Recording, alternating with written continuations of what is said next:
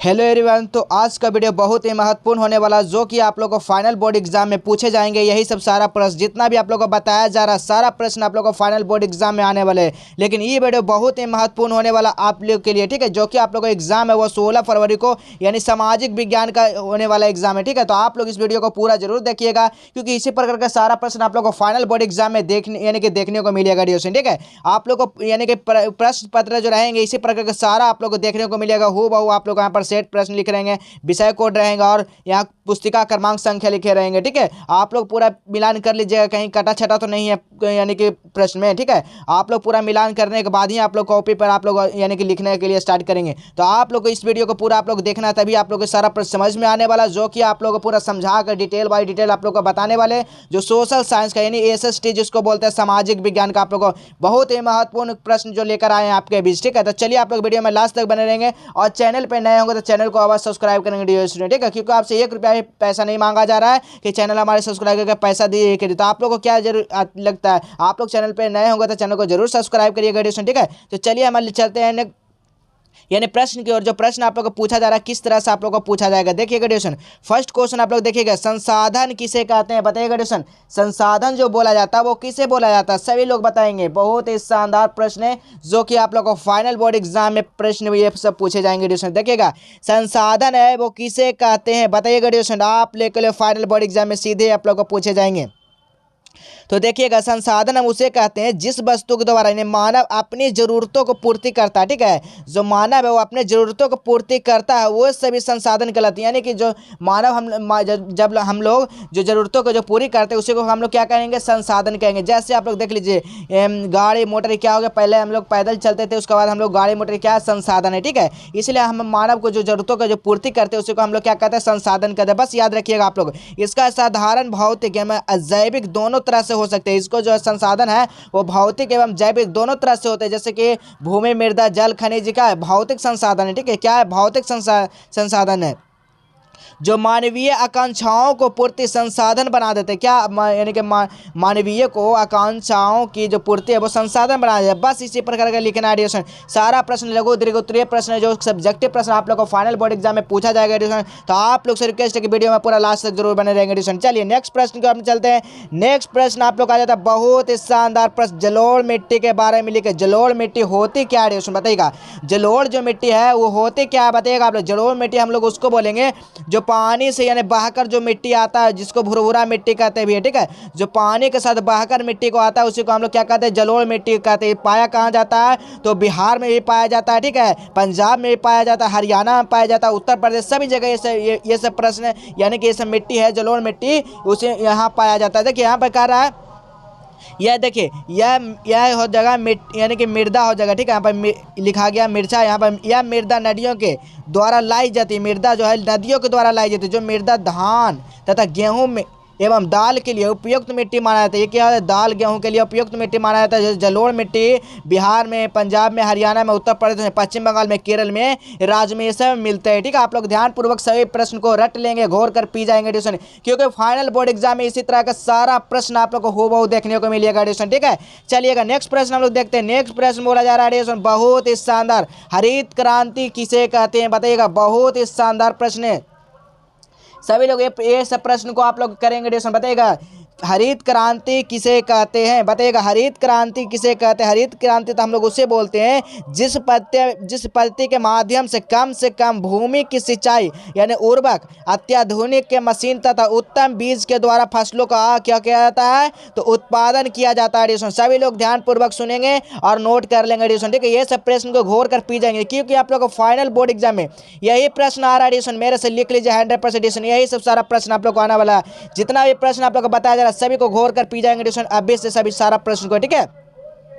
चलिए नेक्स्ट यानी कि नेक्स्ट पॉइंट देखिए क्या कर रहा है। इस विधि को हरित क्रांति के नाम से जाना जाता है। इसी को हम लोग क्या बोलते हैं, हरित क्रांति। इसके अलावा और भी इसके पूरा डिटेल लिखना चाहते हैं तो आप भी लिख सकते हैं कि यह हरित क्रांति के नाम से जाना जाता है। भारत में हरित क्रांति की शुरुआत स्वामीनाथ किए थे। हरित क्रांति को जो यानी कि हरित क्रांति की जो शुरुआत जो किए थे, कौन किए थे, तो स्वामीनाथ किए थे। कौन से ईस्वी में किए थे, तो 1970 ईस्वी में किए थे, जिसे आप लोग याद रखिएगा। कब किए थे, तो 1970 ईस्वी में किए थे। सभी विद्यार्थी लोग ये सब प्रश्न को याद कर लेंगे। और ये दशक में शुरुआत किया गया था, यानी कि दशक में क्या किया गया था, शुरुआत किया गया, जिसके मुख्य उद्देश्य फसलों के उत्पादन को क्या किया गया, बढ़ावा देना है। ठीक है, क्या किस लिए किया गया था, तो फसलों को, हरित क्रांति किस लिए लागू किया गया था, तो फसलों को बढ़ावा देने के लिए लागू किया गया था। बस इसे प्रश्न को लिखना, आप लोग को 5 नंबर छाप कर चले आना रिएक्शन। ठीक है, चलिए नेक्स्ट प्रश्न को आप लोग देखेंगे। नेक्स्ट प्रश्न आपसे पूछा जा रहा है, विनिमय उद्योग किसे कहते हैं। आप लोग को टोटल 20 प्रश्न, 20 क्वेश्चन यानी सब्जेक्टिव प्रश्न बताने वाला। ठीक है, जिसको लघु दीर्घ उत्तरीय प्रश्न बोलते हैं। ठीक है, लघु दीर्घ उत्तरीय प्रश्न जिसको आप लोग बोलते हो। तो विनिमय उद्योग किसे कहते हैं, बताएगा। विनिमय उद्योग उसे कहते हैं जो, यानी कि जैसे कि अब विनिमय उद्योग हम लोग उसको किसको बोलेंगे डिवीजन, तो हम उससे क्या करेंगे, हम उसको सामान के अलावा दूसरा सामान लेंगे, उसी को क्या बोलेंगे, विनिमय उद्योग बोलेंगे। ठीक है, चलिए यहाँ देखें, वह स्थान जहाँ भिन्न स्थानों के कच्चे माल को प्राप्त करके जीवन में उपयोगी वस्तुओं को निर्माण करता है, उसी को विनिमय उद्योग कहा जाता है। जैसे कि आप लोग यहाँ पर कच्चा माल देकर पका हुआ माल आप लोग वहाँ पर से खरीदेंगे, उसी का अदल बदल को किसी को क्या कहते हैं, उसी को विनिमय उद्योग कहते हैं। बस इसी को बस रट जाना। ये सब प्रश्न बहुत इंपॉर्टेंट, जो कि बार बार ये सब पूछे जाने वाला प्रेजेंटेशन था, सभी को आप लोग ये सब ध्यानपूर्वक सभी प्रश्न को रट जाएंगे। ठीक है, चलिए नेक्स्ट प्रश्न से पूछा जा रहा है, इटली के एकीकरण में किन्हीं 3 प्रमुख नेताओं के नाम लिखेंगे। जो इटली में है वो प्रमुख जो नेता है, 3 नेता हैं, उनका जो नाम आप लोग लिखेंगे। 3 प्रमुख नेता कौन कौन था, मेजनी और काउंट कबूर और गैरीबाल्डे हैं। कौन कौन है डिवीजन, तो याद रखना है, मेजनी, काउंट कबूर और गैरीबाल्डे। तो चलिए यहाँ पर प्रश्न जो आ जाता है, पहले देख लीजिए, इटली के एकीकरण में किन्हीं 3 नेताओं के जो नाम है इस प्रकार, मेजनी, काउंट कबूर और गैरीबाल्डे। तो चलिए बताइएगा, मेजनी है, जो मेजनी कौन थे, बताइएगा। यहाँ पर प्रश्न आ जाता है आप लोग को क्या, कि मेजनी कौन है, बताइएगा। मेजनी कौन था, तो एक मेजनी क्या था, तो ये एक नेताओं थे, लेकिन ये मेजनी का ये साहित्यकार था। क्या था, मेजनी जो थे एक साहित्यकार थे। ठीक है, इसी तरह से आपको लिखना है। और यहाँ पर पूछा जा रहा है क्या, काउंट कबूर, काउंट कबूर क्या थे, बताइए। काउंट कबूर क्या थे, तो ये इटली के एकीकरण आंदोलन का ये प्रमुख नेता थे। कौन थे, इटली का जो एकीकरण का जो है वो प्रमुख नेता थे। और यह जो है अरे बीरबल पार्टी के संस्थापक थे। कौन थे, बीरबल जो पार्टी था ना उसके ये संस्थापक थे। कौन थे, तो काउंट कबूर जो थे बीरबल संस्थापक पार्टी थे। ठीक है, इसी प्रकार याद रखना है। यहाँ पर नेक्स्ट प्रश्न आ जाता है। नेक्स्ट प्रश्न आपसे पूछा जाता है, गैरीबाल्डे, गैरीबाल्डे जो है वो क्या था, बताइए। गैरीबाल्डे जो था वो, गैरीबाल्डे क्या था डिवीजन, तो गैरीबाल्डे का जो जन्म हुआ था, पहले बताइए। गैरीबाल्डे का जो जन्म हुआ था ना वो 4 जुलाई को हुआ था। याद रखिएगा, कब हुआ था गैरीबाल्डे के, तो 4 जुलाई को हुआ था। कौन सा ईस्वी में, तो 1807 ईस्वी में। इनको मृत्यु जो हो गया था बहुत ही करीब में ही मृत्यु हो गया था, यानी कि 1882 ईस्वी में क्या हो गया था, इनको मृत्यु हो गया था। ठीक है, और ये जो थे ये इटली के एक राजनैतिक और सैनिक नेता थे। ठीक है, ये राजनैतिक और क्या सैनिक नेता था गैरीबाल्डे। ठीक है, याद रखना सभी को। चलिए नेक्स्ट प्रश्न हम लोग देखेंगे। नेक्स्ट प्रश्न आपसे पूछा जा रहा है, इटली जर्मनी का एकीकरण में ऑस्ट्रिया का क्या भूमिका थी, बताइएगा। ऑस्ट्रिया का जो भूमिका था ना वो क्या था डिवीजन, बताइएगा। बहुत ही शानदार प्रश्न है, जो कि आपको यानी फाइनल बोर्ड एग्जाम में सीधे प्रश्न ये सब पूछे जाएंगे डिवीजन, बताइएगा। तो इटली यानी कि इटली तथा जर्मनी के एकीकरण में सबसे बड़ा क्या था, बाधक ऑस्ट्रेलिया देश बन रहा था। ठीक है, इटली का जो इटली तथा जर्मनी के जो एकीकरण में सबसे बड़ा जो बाधक बन रहा था ना, कौन बन रहा था, तो ऑस्ट्रिया देश बन रहा था। ठीक है, जो यह देशों के दोनों यानी कि यह देश दोनों देशों के आंतरिक मामलों को हस्तक्षेप किया करता था। क्या करता था, तो दोनों देशों के आंतरिक यानी कि मामलों को हस्तक्षेप करता था। यानी कि राष्ट्रव्यापी आंदोलन को कुचलने में जनता को सहयोग करता था। ठीक है, जब अतः जर्मनी इटली एकीकरण में सबसे बड़ा बाधक रूप से ऑस्ट्रेलिया का योगदान रहा। इसी प्रकार लिख देना डिवीजन। चलिए नेक्स्ट प्रश्न लोग चलते हैं। नेक्स्ट प्रश्न आपसे पूछा जा रहा है, कार्बोनरी क्या है, बताइएगा। कार्बोनरी क्या है डिवीजन, सभी लोग प्रश्न को जवाब देंगे। कार्बोनरी एक गुप्त काल यानी कि गुप्त काल का दल था। कौन था, तो कार्बोनरी एक गुप्त काल का दल था। ये जो राष्ट्रवादियों द्वारा इटली में गठन किया गया था, कहाँ किया गया था, जो इटली में गठन किया गया था। इस मुख्य का उद्देश्य यानी कि छापा मार के द्वारा राजतंत्र नष्ट कर यानी कि गणतंत्र का स्थापना करता था। जो सिर्फ मेजनी इस दल के क्या थे, नेता जो थे प्रमुख नेता थे। ठीक है, चलिए नेक्स्ट प्रश्न को हम लोग देखेंगे। नेक्स्ट प्रश्न आपसे पूछा जा रहा है रक्त एवं लौ की नीति क्या, बताइए रक्त एवं लौ का नीति क्या है। बहुत ही महत्वपूर्ण प्रश्न ये सब, सारा प्रश्न को इग्नोर बिल्कुल नहीं करेंगे दोस्तों, सभी प्रश्न को आप लोग नोट करते जाएंगे। क्या करते जाएंगे, पेन कॉपी लेकर बैठेंगे, सभी प्रश्न को नोट भी करते जाएंगे, ठीक है, क्योंकि यही सब सारा प्रश्न आप लोग को आने वाला है, ठीक है, यही सब आने वाला आप लोग को फाइनल बोर्ड एग्जाम में। बार बार ये किसी का बोला जा रहा है आप लोग को 16 फरवरी को, यानी किसका विज्ञान है, तो सामाजिक विज्ञान का, ठीक है, सामाजिक विज्ञान का आप लोग को एग्जाम एडिशन। चलिए रक्त एवं लौ का नीति का क्या है, तो ये रक्त लौ नीति जो है एक प्रतिपादक बिस्मार्क ने किया था। कौन किया था, रक्त लौ का जो इनके एक आविष्कार जो किए थे, कौन किए थे, बिस्मार्क ने किए थे। ये प्रतिपादन कौन किया था, इसका प्रतिपादन लौ नीति का, तो बिस्मार्क ने किया था। इस नीति के अनुसार ये सैन्य शक्ति का सहायता से जर्मनी का एकीकरण करना यानी करता था, ठीक है, करता था, ठीक है, एकीकरण करना था। चलिए नेक्स्ट प्रश्न देखेंगे, सतत विकास से आप क्या समझते हैं, बताइएगा सतत विकास जो है उससे आप क्या समझते हैं। बहुत ही शानदार है, बहुत ही शानदार प्रश्न दिया स्टूडेंट, बताइएगा सतत विकास से आप क्या समझते हैं।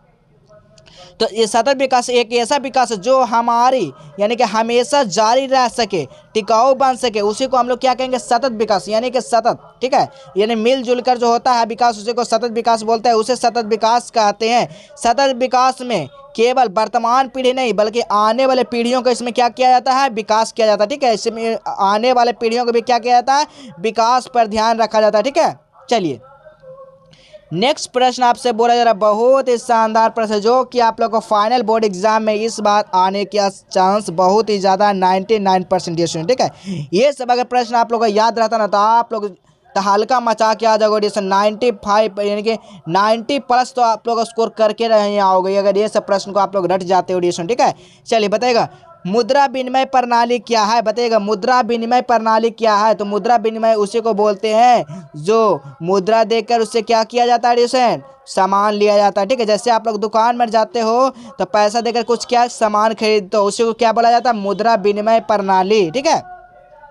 तो देखिएगा यहाँ पर मुद्रा जो विनिमय प्रणाली है, वस्तुओं एवं सेवाओं का विनिमय जो मुद्रा के द्वारा किया जाता है उसी को मुद्रा विनिमय प्रणाली कहा जाता है। जैसे कि हमने बोला कि आप लोग जो पैसा देकर उससे वस्तु जो प्राप्त करते हो उसे को क्या कहा जाता था, मुद्रा विनिमय यानी कि विनिमय प्रणाली बोला जाता है, ठीक है। याद रखिएगा आप लोग सभी प्रश्न ये सब। नेक्स्ट प्रश्न, मौलिक अधिकार कितने होते, बताइएगा मौलिक अधिकार ऐसे टोटल जो पहले थे वो कितने थे, 8 थे, कितने थे डिवीजन 8, उसके बाद कितना हो गए 6 हो गए, लेकिन यहाँ पर हमने 4 बताया, 2 आप लोग और बता देते क्या हो जाएगा। यहाँ पर देखिएगा समता का अधिकार, यहाँ समता का अधिकार, यहाँ स्वतंत्र का अधिकार, यहाँ पर क्या हो जाएगा शासन नहीं हो जाएगा, ठीक है, यहाँ पर हो जाएगा शासन का विरुद्ध का यानी कि अधिकार हो जाएगा, ठीक है, शोषण का हो जाएगा, शासन नहीं हो जाएगा, ठीक है, क्या हो जाएगा शोषण यहाँ पर हो जाएगा, ठीक है, इसको शोषण कर लीजिएगा, शोषण विरोध का आविष्कार हो जाएगा। यहाँ पर धार्मिक स्वतंत्र का अधिकार हो जाएगा। एक यहाँ पर 5वां नंबर में क्या हो जाएगा, तो संस्कृति शिक्षा का अधिकार, और एक है 6 नंबर वो संवैधानिक उपचारों का अधिकार, ठीक है, संवैधानिक क्या हो जाएगा उपचारों का अधिकार, ठीक है। ये आप लोगों को मौलिक कितने 6 हैं, ठीक है, आप लोग याद रखिएगा। चलिए नेक्स्ट प्रश्न को देखेंगे एडिशन, बहुत ही शानदार प्रश्न आप लोग को फाइनल बोर्ड एग्जाम में डायरेक्ट पूछे जाएंगे सीधे, ठीक है। बताइएगा श्रम का लैंगिक विभाजन क्या एडिशन, बताइएगा श्रम का लैंगिक विभाजन जो है ना क्या एडिशन। तो श्रम के लैंगिक विभाजन के अंतर्गत महिलाओं को घर के अंदर सारे काम को पूरा करना होता है, ठीक है, उसी को हम लोग क्या बोलेंगे श्रम का लैंगिक विभाजन बोलेंगे।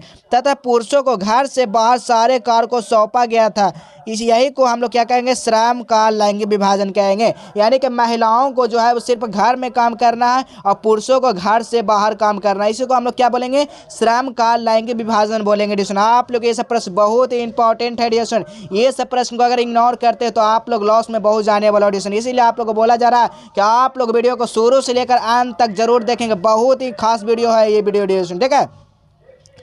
चलिए नेक्स्ट प्रश्न को आप लोग देखेंगे, अगर जो लोग लेट से आए हैं वो लोग लेट से अगर आए हैं तो लोग क्या करेंगे, तो वीडियो को फिर से शुरू से जरूर देखेंगे, क्योंकि यह सब प्रश्न आप लोगों को कोई नहीं बताता एडिशन, ठीक है, जो कि सब्जेक्टिव प्रश्न बहुत ही कम लोगों को आप लोग देखते होंगे सब्जेक्टिव प्रश्न, ज़्यादातर सब ऑब्जेक्टिव प्रश्न बताते, लेकिन ये सब्जेक्टिव है जो बहुत ही वायरल प्रश्न है, ठीक है। चलिएगा चिपको आंदोलन का क्या मुख्य यानी कि बताइएगा एडिशन, चिपको आंदोलन के जो मुख्य उद्देश्य जो थे ना वो क्या थे, बताइएगा यहाँ पर आपसे पूछा जा रहा है चिपको आंदोलन के बारे में, यानी इसका मुख्य जो उद्देश्य था ना वो क्या था बताइएगा। चिपको आंदोलन कब किया गया था? पहले आपको ये प्रश्न आप लोग बताइएगा, चिपको जो आंदोलन हुआ था वो कब किया गया था? 1972 या 73? बताइएगा कब किया गया था? तो 1972 में किया गया था, ठीक है। जो यानी कि चिपको आंदोलन हुआ था 1972 ईस्वी में हुआ था डिवीजन, ठीक है। जो कि चिपको आंदोलन का मुख्य उद्देश्य जो थे निम्नलिखित थे। कौन कौन थे? तो वन का संप्रदा सुरक्षा, यानी कि वन का संप्रदा की सुरक्षा, वन जीव का सुरक्षा, यानी कि मिल मालिक शोषण को मुक्त था, पर्यावरण सुरक्षा, ये सब क्या है इसका मुख्य उद्देश्य है, पर्यावरण यानी कि चिपको आंदोलन का, ठीक है। चलिएगा नेक्स्ट प्रश्न हम लोग देखेंगे। नेक्स्ट प्रश्न है दल बदल, यानी कि दल बदल कानून क्या है? बताइएगा दल बदल जो होता है कानून वो किस पे लागू होता है? बताइएगा दल बदल जो कानून जो लागू होता है ना वो विधायकों और संस्थाओं पर होता है। ऑब्जेक्टिव में प्रश्न पूछे जाएंगे रिशन ये सब, ठीक है। ऑब्जेक्टिव में ऐसे प्रश्न पूछा जाएगा कि दल बदल जो होता है कानून वो किस पे लागू होता है? आप लोग से पूछा जाएगा प्रधानमंत्री यानी कि विधायकों हो जाएगा, संसदों हो जाएगा, किस पर हो जाएगा? विधायकों और संसदों पर क्या होता है? दल बदलना यहाँ पर कानून होता है, ठीक है। जो कि इसका आंसर लिखना इस तरह से लिखना, विधायकों और संसदों के दल बदल को रोकने के लिए संविधान में दल बदल शोषण का कानून बनाया गया, जिस कानून के यानी तहत कोई भी विधायक या संसद यानी कि जिस दल को प्रतिनिधि के रूप में चुने जाते हैं, यदि वो प्रतिनिधि अपने निर्वाचन वाले दल को छोड़कर नए दल में आना चाहते हैं तो अपनी सीटों गंवानी पड़ती। यह दल बदल यानी कि कानून भारतीय राजनीतिक में यानी कि व्यक्त भ्रष्टाचार पर अंकुश लगने का दिशा में एक महत्वपूर्ण कानून क्या हो जाता है? रूप से उभार कर आया हो, तो इसी को बोलते हैं दल बदल कानून। ये सब प्रश्न वायरल प्रश्न है, सभी प्रश्न को आप लोग नोट करते जाएंगे। 16 फरवरी को बार बार एक चीज बोला जा रहा है, 16 फरवरी को सामाजिक विज्ञान का आप लोग का प्रश्न होने वाला है, जो कि बहुत ही कम समय बचे हैं। तो बस इसी समय में आप लोग को मेहनत करना, मेहनत करेंगे तभी आप लोग कुछ कर पाइएगा, तभी कुछ आप लोग को कर दिखाना है, ठीक है। मेहनत करोगे तभी। चलिए आप लोग मेहनत जरूर करते रहेगा बहुत ही। अगर आप लोग एक वीडियो देख रहे हैं तो आपसे 2 वीडियो आप लोग देखना स्टार्ट कर देंगे। जितना भी आप लोग को पढ़ाया गया इस चैनल पे आप लोग जाइए, सारा वीडियो को आप लोग देख लीजिए। ड्यूरेशन एक वीडियो अगर देखते तो आप लोग 2 वीडियो यानी कर दीजिए। मेहनत जो है दुगुना कर दीजिए। आज से आप लोग क्या करेगा? मेहनत दुगुना कर दीजिए ड्यूरेशन, ठीक है। आप लोग के लिए बहुत ही मेहनत कर रहे हैं तो आप लोग मेहनत को दिखाएंगे ड्यूरेशन, ठीक है। चलिए नेक्स्ट प्रश्न है 15 नंबर प्रश्न आपसे पूछा जाए, हनोई समझौता कब और किन देशों के बीच हुआ था? बताइएगा हनोई जो समझौता हुआ था ना वो कब हुआ था? तो हम जो हनोई समझौता हुआ था 1946 ईस्वी में हुआ। तो कौन दिन का यानी कि कौन तारीख को हुआ था? तो 6 मार्च 1946 ईस्वी को हुआ था हनोई समझौता। किन देशों के बीच हुआ था? तो फ्रांस और वियतनाम देशों के बीच हुआ था। बस ये सब आप लोग को याद रखना है, किन देशों के बीच हुआ था? तो फ्रांस। और इससे ऑब्जेक्टिव प्रश्न भी बन रहा है, ठीक है। इसमें ऑब्जेक्टिव प्रश्न 2 तरह का बन रहा है। किस हनोई समझौता कब हुआ था और किन किन बीचों को हुआ था? हनोई समझौता 16 यानी कि 6 मार्च 1946 में हुआ था, और जो इनके देशों के बीच हुआ था फ्रांस और वियतनाम के बीच में हुआ था, ठीक है। सभी प्रश्न आप लोग ये सब याद कर लेंगे। तो हनोई समझौता 6 मार्च यानी 1946 ईस्वी में को फ्रांस और वियतनाम के बीच हुआ था। इस समझौता को अनुसार फ्रांस और वियतनाम को यानी कि वियतनाम को एक स्वतंत्र राज्य यानी कि गणतंत्र रूप से यह स्वीकृत कर लिया गया, ठीक है। उसे घोषित किया गया गणराज्य के रूप में, ठीक है। गणराज्य के रूप में उसे घोषित कर दिया गया हनोई समझौता का, ठीक है। इसी तरह का सारा प्रश्नों को आप लोगों को लिखते जाना ड्यूरेशन। बहुत ही शानदार प्रश्न जो कि आप लोगों को फाइनल बोर्ड एग्जाम में आप लोगों को पूछे जाएंगे ड्यूरेशन। बिल्कुल वीडियो को इग्नोर नहीं करना ड्यूरेशन, ठीक है। चलिए नेक्स्ट प्रश्न को हम लोग देखने वाले हैं। नेक्स्ट प्रश्न को देखिएगा, गुप्त मतदान पत्र क्या है? बताइएगा गुप्त मतदान यानी कि जो छुपा कर, यानी किसको बोला जाता है? छुपा कर, गुप्त तरह से, यानी कि जैसे आप लोग गुप्त दान करते हो ना बिना दिखाए, उसी तरह से गुप्त मतदान पत्र है, ठीक है। क्या है? गुप्त मतदान पत्र भी है, ठीक है। तो यही पूछ रहा है, जब मतदान गुप्त रूप से यानी कि मतदान करती है, यानी कि छुपा कर यानी मतदान करती है, वैसे मतदान पत्र को गुप्त मतदान यानी कि गुप्त मतदान पत्र कहा जाता है। बस इसी तरह से लिखना, 2 नंबर आप लोग को लेकर आ जाना ड्यूरेशन, ठीक है, फाइनल बोर्ड एग्जाम में। चलिए नेक्स्ट प्रश्न को हम लोग देखेंगे। नेक्स्ट प्रश्न कह रहा है, लोकतांत्रिक सरकार किसे कहते हैं? बताइएगा लोकतांत्रिक जो सरकार है ना वो किसे कहते हैं ड्यूरेशन? सभी लोग बताइएगा। तो लोकतांत्रिक किसे कहते हैं? जो जनता के कल्याण के लिए कार्य करती है ना उसी को हम लोग क्या कहेंगे? लोकतांत्रिक सरकार कहेंगे। जैसे आप लोग देखिएगा वह सरकार जो जनता के द्वारा चुनी गई, जो जनता के कल्याण यानी कि कल्याण के लिए कार्य करती है ना उसी को जनता का यानी कि समानता प्रदान करती है, उसी को हम लोग क्या कहेंगे? लोकतांत्रिक सरकार कहेंगे। बस इस तरह का हम छाप करा देना ड्यूरेशन। ये सब्जेक्टिव प्रश्न लघु और दीर्घ उत्तरीय प्रश्न दोनों है, ठीक है। लघु और दीर्घ उत्तरीय प्रश्न ये क्या है? दोनों प्रश्न, सभी प्रश्न को आप लोग करते जाएंगे। चलिए नेक्स्ट प्रश्न को देखेंगे, तहलका मचाना ड्यूरेशन, ये सब फाइनल बोर्ड एग्जाम में आप लोग का, ठीक है। चलिए नेक्स्ट प्रश्न हम लोग देखेंगे। नेक्स्ट प्रश्न आपसे पूछा जा रहा है, स्रोत के आधार पर संसाधन कितने प्रकार का होता है बताइएगा। यानी कि स्रोत के आधार पर जो संसाधन होते हैं ना वो कितने प्रकार के होते हैं। तो संसाधन होते हैं दो प्रकार के होते हैं। कौन कौन? प्राकृतिक संसाधन एक, मानवीय। एक प्राकृतिक द्वारा जो हम लोग उस मानवीय में नहीं बदल सकते हैं, और एक है जो मानवीय, ये मानवीय संसाधन जो हम लोग यानी कि तहत किया जाता है। तो प्राकृतिक संसाधन क्या है? देखिए हवा चलना, बारिश होना, ये सब क्या है? प्राकृतिक संसाधन। अब मानवीय क्या है? जैसे कि आप लोग मानवीय जो जितना भी इलेक्ट्रॉनिक सामान ये सब यानी कि प्रकाशित यानी कि जो निकाला जा रहा है ये मानवीय संसाधन द्वारा निकाला जा रहा है। ठीक है, तो बस इसी को समझना है। स्रोत के आधार पर जो होते हैं संसाधन वो दो प्रकार के होते हैं। जो प्रकृतिक द्वारा उपहार में मिले यानी कि संसाधन प्राकृतिक संसाधन कहलाते हैं। ठीक है, और मानवीय संसाधन उसे कहते हैं जो मानव द्वारा निर्माण किया गया। जैसे कि मानव द्वारा कुछ भी निर्माण किया जा सकता है, जैसे टेबल चौकी सब क्या मानवीय द्वारा ये सब किया गया। ठीक है, इसी को क्या कहेंगे? मानवीय संसाधन बोलेगा। बस इसी तरह के याद करना आप लोग 2 नंबर तो 100% लेकर आओ एजुकेशन। अगर ये सब वीडियो अगर नहीं समझो तो कभी नहीं ये सब समझ सकते हो आप लोग क्वेश्चन डिशन। इतना आप लोग को इजी तरह से आप लोग को समझाया जा रहा है इस वीडियो में। ठीक है, तो आप लोग वीडियो को एकदम पूरा फैला देंगे एकदम, यानी कि अपने जितने भी दोस्त हैं सही फ्रेंडों के पास ये सब प्रश्न को यानी कि शेयर होना चाहिए वीडियो से। ठीक है, सभी दोस्तों को अपना हेल्प होने करने के लिए ये सब शेयर करेंगे। ठीक है, चलिए नेक्स्ट प्रश्न है मृदा क्या? मृदा में होता क्या एडिशन बताइएगा। मृदा में होता क्या? मिट्टी होता है। क्या होता है एडिशन? मिट्टी होता है। ठीक है, जिसको आप लोग क्या बोलते हैं? मिट्टी, जिसको मट्टी आप लोग बोलते हैं। मृदा होता है क्या एडिशन? मिट्टी होता है। इसका निर्माण कैसे होता है बताइएगा। इसका जो निर्माण है वो कैसे होता है बताइएगा। तो निर्माण इसका जो होता है वो कैसे होता है तो देखना लिखना इस तरह। धरती का सबसे ऊपरी परत पर जो जड़ पौधे उगते हैं वो मनुष्य खेती करता है, और उसे क्या करता है? मनुष्य खेती करता है। मृदा का उसे क्या कहलाते हैं? उसे मृदा कहलाते हैं, इन्हें कि मट्टी कहलाते हैं। जब बहुत दिनों बाद ये पत्थर छोटे छोटे करने में टुकड़े यानी कि टूटते हैं तो सड़के यानी कि सड़ते, ठीक है, सड़ते हैं तो मृदा का निर्माण होता है। क्या होता है? तो मृदा का यानी मट्टी का जो है वो निर्माण हो जाता है। ठीक है, यानी कि आज का लास्ट प्रश्न देखिएगा, बहुत ही महत्वपूर्ण है। जल चक्र किसे कहते हैं बताइएगा। जल चक्र किसे कहते हैं? अगर डिस्कशन मेरे से लिख लीजिए 100% डिस्कशन। अगर जितना भी क्वेश्चन बताया जरा अगर नहीं लड़ा डिस्कशन तो हमारे वीडियो पर आके जो चैनल को सब्सक्राइब किया ना डिस्कशन उसको अनसब्सक्राइब कर दीजिएगा। इतना मैं गारंटी लेता हूँ डिस्कशन। ठीक है, इतना मैं गारंटी लेता हूँ डिस्कशन। जो भी प्रश्न बताया जा रहा है 100% आप लोग को लड़ेगा। खाली आप लोग से बस यही रिक्वेस्ट है कि आप लोग वीडियो में पूरा जरूर बने रहेंगे, तभी आप लोग को लड़ने वाला है। ये ना था आप लोग जो प्रश्न हम बताएं वो अगर नहीं देख पाते हो तो आप लोग को बिल्कुल वहाँ पर करके नहीं आओगे। आप बोलोगे कि सर नहीं आपका क्वेश्चन लड़ा। ऐसा आप लोग को नहीं करना। तो आप लोग को करना क्या? तो आप लोग को वीडियो को पूरा देखना है और मेहनत पूरी तरह से तैयारी करना। ठीक है, तैयारी जो है पूरी तरह से होना चाहिए। आप लोग को मात्र 45 दिन बचे हैं डिस्कशन, बस मात्र ओनली 45 दिन। 45 दिन में कुछ कर दिखाना है ना, तो अभी से ही मेहनत करना स्टार्ट करेंगे। ठीक है, चलिए जल चक्र किसे कहते हैं आप लोग बताइएगा। जल चक्र जो है वो क्या है? जल चक्र क्या है? तो जल चक्र किसे कहते हैं? जल चक्र एक बाष्पीय द्वारा आसमान में जाते हैं। जल क्या है? जल चक्र क्या है? तो जल जो है बाष्पीयकरण यानी कि बाष्प जो होकर जो आकाश यानी कि आसमान में जाते हैं, उसके बाद बादले क्या बन जाते हैं? बादल बनते हैं। उसे यानी कि संघनित होकर वर्षा जल के रूप में क्या कर लेते हैं? वो यानी कि धरतल पर आ जाते हैं। क्या होगा? वर्षा जल के रूप में क्या हो जाता है? फिर वो नीचे आ जाता है। ठीक है, इसी को हम लोग कहेंगे जल चक्र कहा जाता है। इसी को बार बार रिपीट होता है, बाष्प बन के नीचे आया, फिर बाष्प बन के ऊपर जाए, फिर नीचे आया। इसी को क्या बोलेंगे? तो जल चक्र बोलेंगे। बहुत ही इजी तरह से समझाएंगे, आप लोग जरूर समझ पाएंगे वीडियो को। तो जितना हो सके डिस्कशन आप लोग शेयर करेंगे डिस्कशन। चैनल पर नए होंगे तो चैनल को सब्सक्राइब करेंगे डिस्कशन। ठीक है, और दोस्तों के पास यानी फ्रेंड के पास शेयर करना ना भूलेंगे डिस्कशन। सभी ग्रुप व्हाट्सएप फेसबुक सभी जगह ये सब ये वीडियो को आप लोग फैला दीजिए डिस्कशन, क्योंकि फाइनल बोर्ड में एग्जाम में इसी प्रकार का सारा प्रश्न आने वाला है। तो डेली क्लास आप लोग को 7 बजे मिस नहीं करना, 7 PM से बिल्कुल नहीं मिस करना। सभी विद्यार्थी से रिक्वेस्ट है कि 7 बजे जरूर आप लोग सभी लाइव को ज्वाइन करेंगे क्लास। ठीक है, तो चलिए फिर मिलेंगे हम नेक्स्ट वीडियो में। जितना भी प्रश्न बताया बहुत ही इंपॉर्टेंट है, क्योंकि इसी प्रकार का आप लोगों को क्वेश्चन पेपर जो रहेगा इसी तरह का रहने वाला। ठीक है, तो चलिए फिर मिलेंगे नेक्स्ट वीडियो में। तब तक के लिए टाटा बाय बाय।